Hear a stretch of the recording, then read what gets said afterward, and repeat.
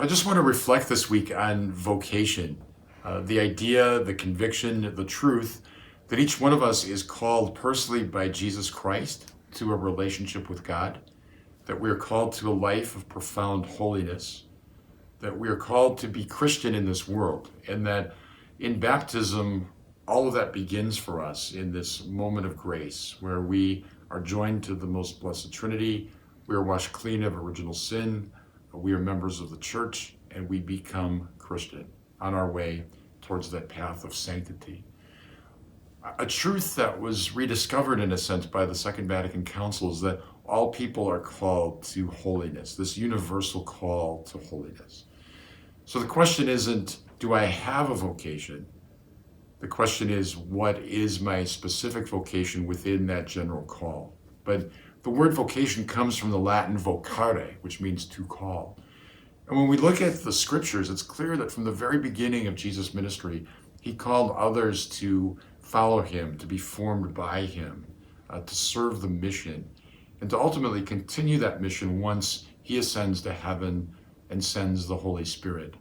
So the drama of the gospel is that Jesus calls the likes of Simon and Andrew, James and John, even Judas Iscariot.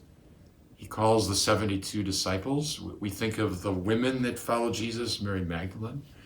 Each one of them was intensively formed by the Lord. And so the apostles, especially for 3 years, they hear Jesus preaching. They're formed by the proclamation of the word. They experience his miracles. They live with this extraordinary man who they come to realize is the Son of God, the incarnate Word made flesh. Imagine the astonishment of that discovery. And then the remarkable truth that God is personally calling them to continue his mission in this world, as he does for us. So that radical call, come follow me, has echoed down the centuries into our own hearts. It's really what intentional discipleship is all about, that each one of us discovers the fact that we are personally loved by God, called by Jesus, to live in this world as a new creation, to be a missionary disciple, to live the abundance of the gospel, and then to do our best to evangelize and cultivate that faith response in others. It all begins in baptism for us. So it's not the question, do I have a vocation? We have a vocation.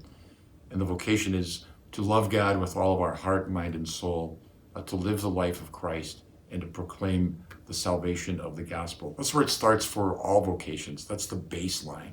And for that call, we give thanks and praise.